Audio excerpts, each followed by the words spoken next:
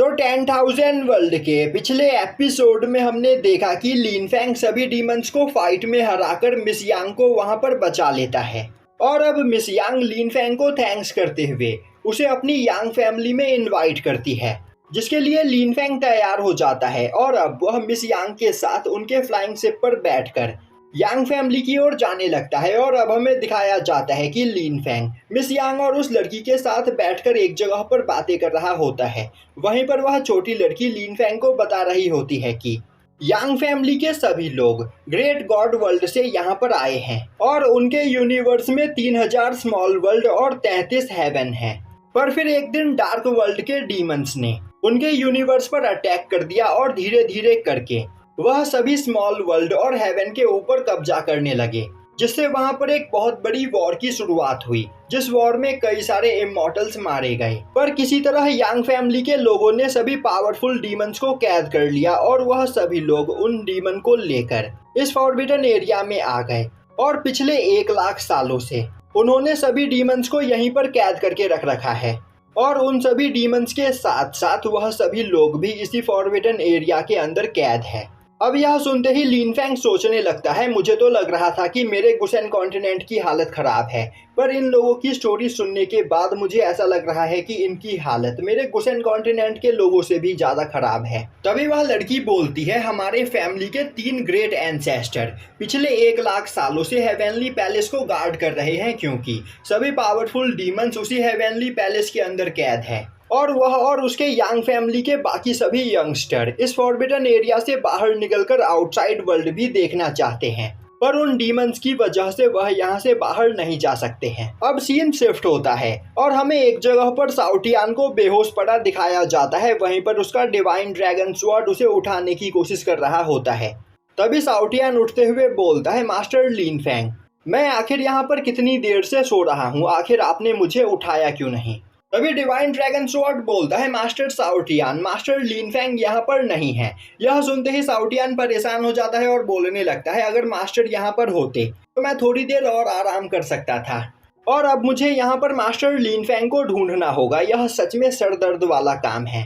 पर तभी वह देखता है कि वह जिस एरिया में गिरा होता है उस एरिया में बहुत ही ज्यादा मात्रा में स्पिरिचुअल एनर्जी चारों ओर फैली हुई होती है और उन स्पिरिचुअल एनर्जी की वजह से वहां पर चारों ओर काफी रेयर हर्ब्स उगे हुए होते हैं। यह देखते ही साउटियान लिन फैंग के बारे में भूल जाता है और अब वह काफी तेजी से भागते हुए उन सभी हर्ब्स को वहां पर इकट्ठा करने लगता है। तभी उसे वहां से थोड़ी दूरी पर एक 10,000 साल पुराना हर्ब दिखाई देता है, जिसे देखते ही वह और भी ज्यादा खुश हो जाता है और बोलने लगता है, अगर मैं इस हर्ब को रिफाइन कर लूं तो मैं टोंगटियांग रैलम पर पहुंच जाऊंगा।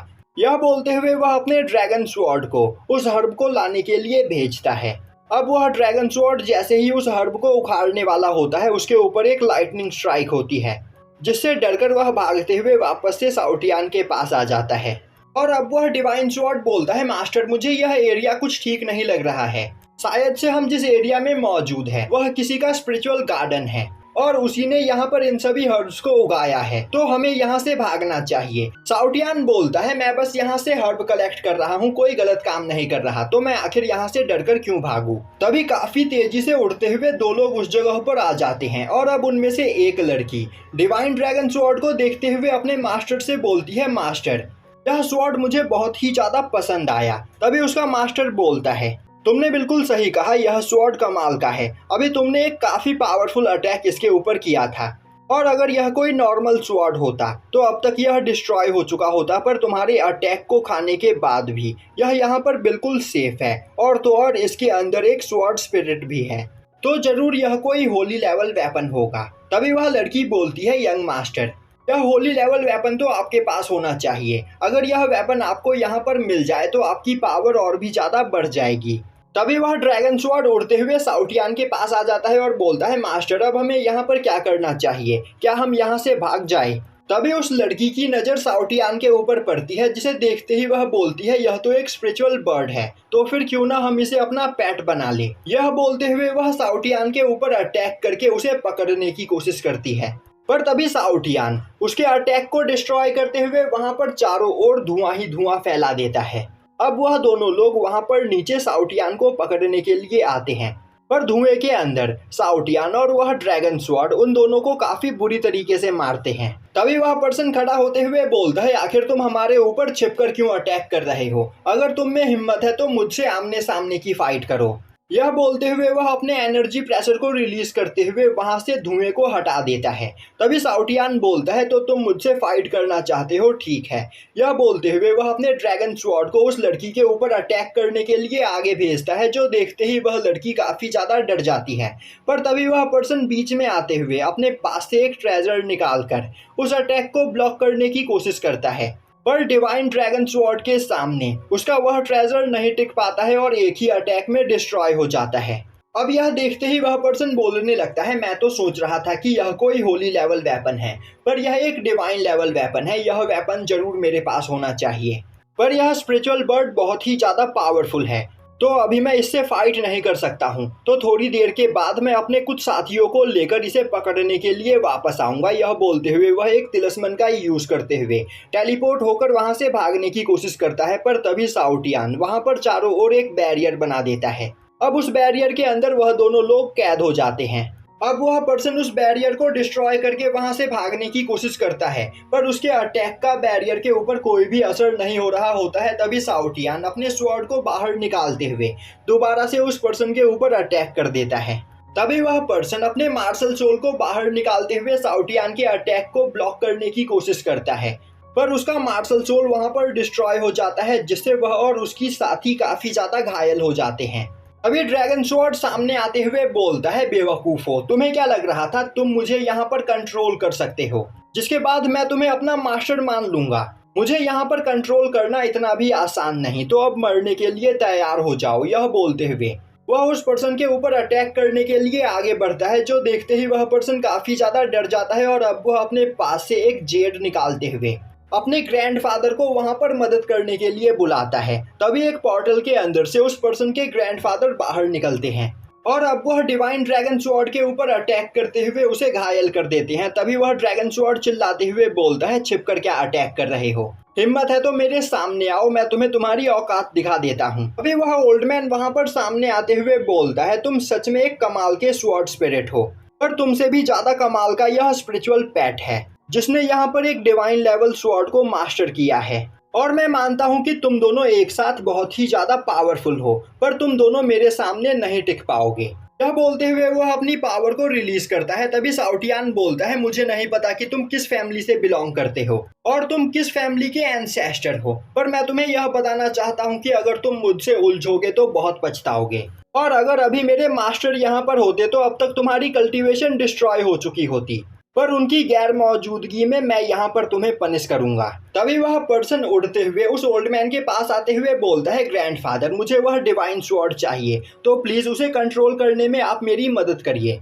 साउटियान बोलता है, तो तुम मुझसे यहाँ पर मेरा डिवाइन ड्रैगन स्वॉर्ड छीनना चाहते हो, पर क्या तुम्हें सच में लगता है कि तुम यह कर सकते हो? यह बोलते हुए वह अपने फ्यूजन टेक्निक का यूज करते हुए काफी तेजी से उस ओल्ड मैन के ऊपर अटैक करता है, जो देखते ही वह ओल्ड मैन बहुत ही ज्यादा हैरान होता है और अब वो अपने मार्शल सोल को बाहर निकालते हुए साउटियान के अटैक को ब्लॉक करने लगता है। तभी ड्रैगन स्वॉर्ड साउटियान के पास आते हुए बोलता है, मास्टर, मैं सेंस कर पा रहा हूँ इस ओल्ड मैन की ब्लड लाइन काफी ज्यादा अजीब है, तो मुझे नहीं लग रहा कि हम इससे जीत पाएंगे, हमें यहाँ से भाग जाना चाहिए।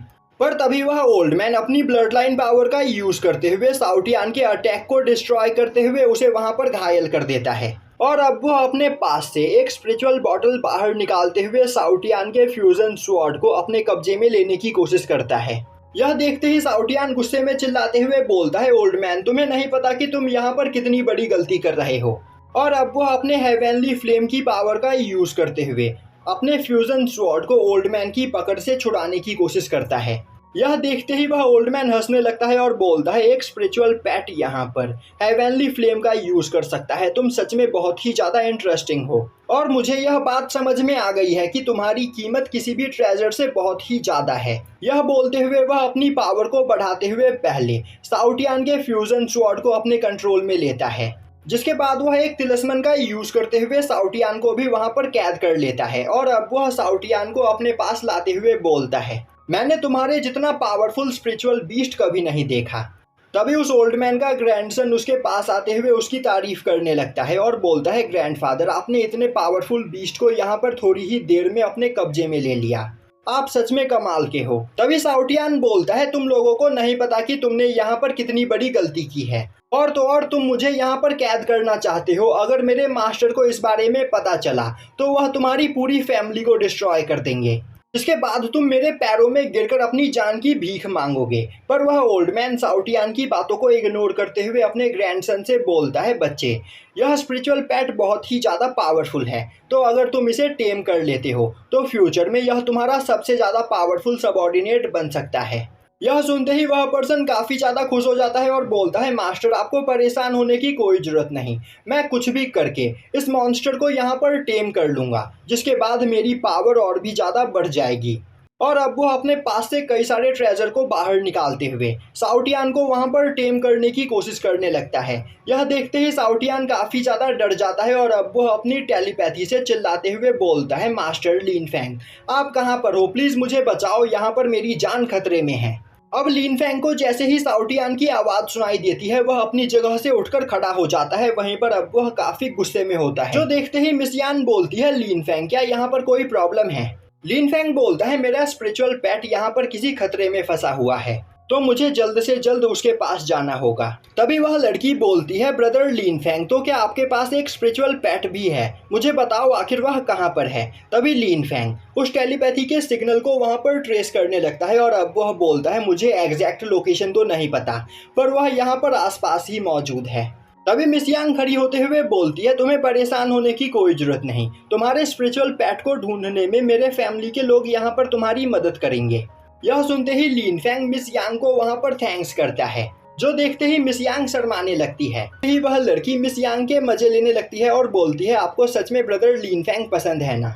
दूसरी ओर लिनफेंग बहुत ही ज़्यादा परेशान होता है और सोच रहा होता है, साउटियान के सोल के ऊपर मैंने डिवाइन फायर मार्क बनाया था और मैं सेंस कर पा रहा हूँ कि वह डिवाइन फायर मार्क अभी भी सेफ है, तो यहाँ पर साउटियान भी सेफ होगा। पर मुझे कुछ भी करके जल्द से जल्द उसे ढूंढना होगा, वरना वह यहाँ पर सभी लोगों के लिए प्रॉब्लम क्रिएट कर सकता है। और यहीं पर यह एपिसोड खत्म हो जाता है।